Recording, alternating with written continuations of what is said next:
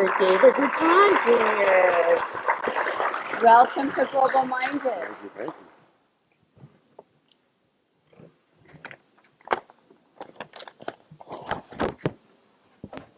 Good afternoon, everybody.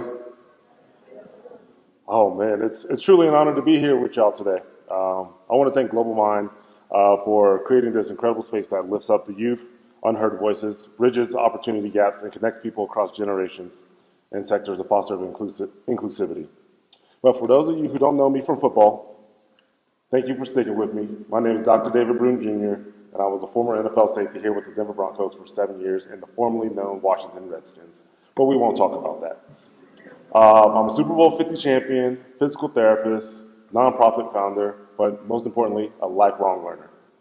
But titles are only part of my story. To understand who I am, I've got to start from where I came from, Miamisburg, Ohio. I was just a tall, lanky kid with a big imagination and a Terrell Davis poster on my bedroom wall, number 30, Broncos legend, Hall of Famer. I love books, especially adventure stories. I had no clue where life would take me, but I knew I wanted to go far. So I joined the Miamisburg football team my freshman year, and guess what? I didn't play a single snap. Not one. It's actually funny. My oldest son's father-in-law, his brother was my coach. I give him crap about that all the time. But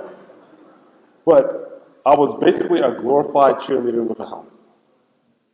Sophomore year came around and I almost didn't play.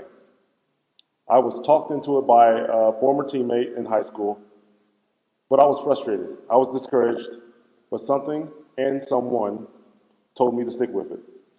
And you wouldn't know it, but a freshman also moved ahead of me on the depth chart my sophomore year.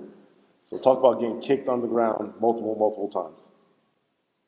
But at that point, I had to ask myself, do I walk away or do I fight for a spot? So I chose to fight. And over time, I grew.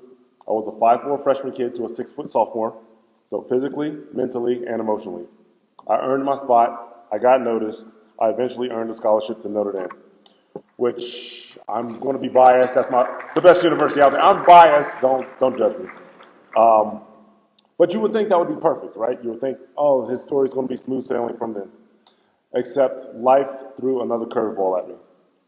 During my freshman season at Notre Dame, I became a father.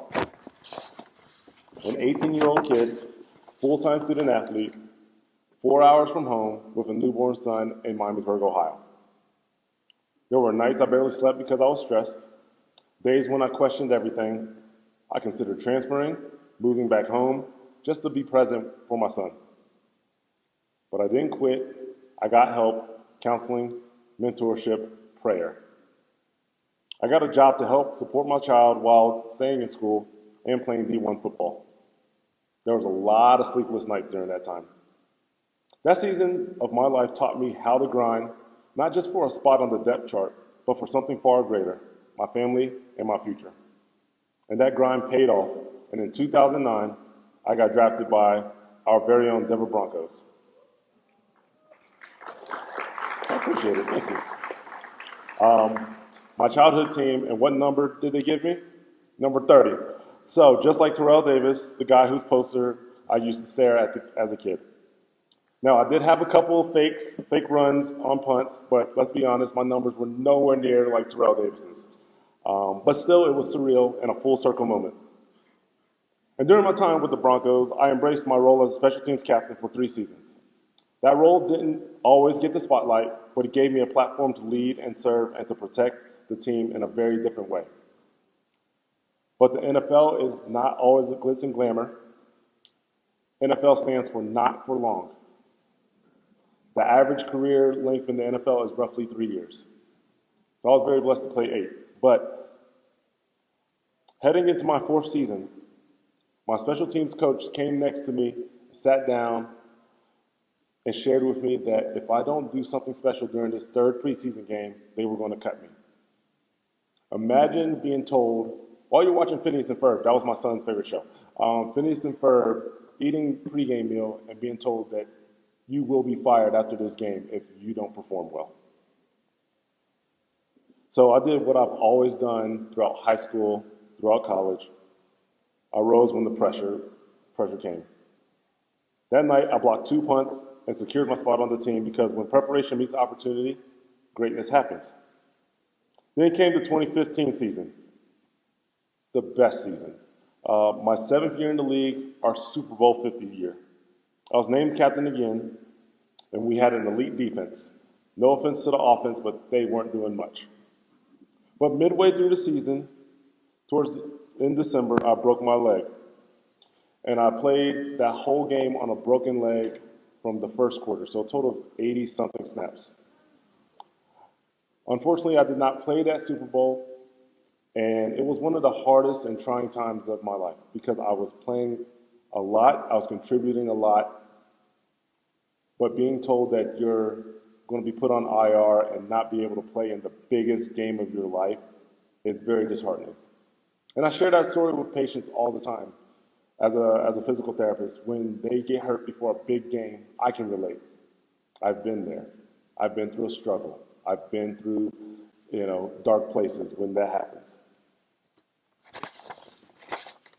But football players are built a little different. Maybe a little stubborn, maybe a little naive. I did have 6 concussions, so bear with me. But that season wasn't just memorable for what happened on the field. It was the year that I also started my foundation, Bruton's Books, a nonprofit dedicated to uplifting students who don't have the resources to succeed in literacy and learning. Because I know firsthand the power of books, books helped me dream beyond my zip code, books taught me how to think, how to imagine, and how to grow. And I wanted to give that same gift to students who are often overlooked. And then in February 2016, like I said, we won Super Bowl 50. Now, holding that trophy, knowing what I had overcome from being benched in high school to battling through a broken leg, that was a moment of pure gratitude. And now here we are, 2025, the 10-year anniversary of that Super Bowl 50 win. It's surreal. A decade has passed. I'm old, and I'm still celebrating, but in a different way. After football, I went back to school and earned my doctorate in physical therapy.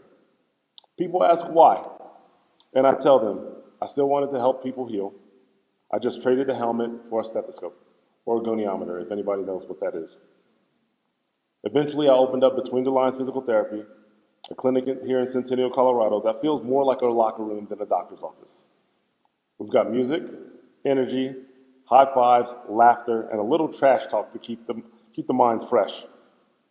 But we also have a deep purpose, because movement is medicine, healing is personal, and everyone deserves to feel strong in their own body again. And just like in football, teamwork is the center of it all. Along the way, I've stayed committed to Bruton's Books, partnering with schools, donating thousands of books, and creating reading corners in underserved communities. Because the next leader might be a kid sitting in silence right now, waiting for someone to hand them a story that sparks a fire. That's also why I'm so grateful to be here with Global Minded. This community understands that inclusive innovation is more than a buzzword. It's about action. It's about showing up for the people who've been unheard, underestimated, and underrepresented, and giving them the tools to thrive. And that's why I do it. So here's what I want to leave you with. You don't have to be a Super Bowl champion to be a champion for change. You don't have to be a physical therapist to help someone heal. And you don't need a foundation to start one. You just need a heart that cares and the courage to act. Your influence, your voice, your action, it all matters. It matters more than you know. And in the end, your legacy won't be measured by the highlights you had or the titles behind your name. It'll be measured by the lives you touched, the voices you uplifted, and the pathways you made a little more possible for the next generation. So thank you very much. Let's keep reading, let's keep leading, and let's keep learning together. Thank you.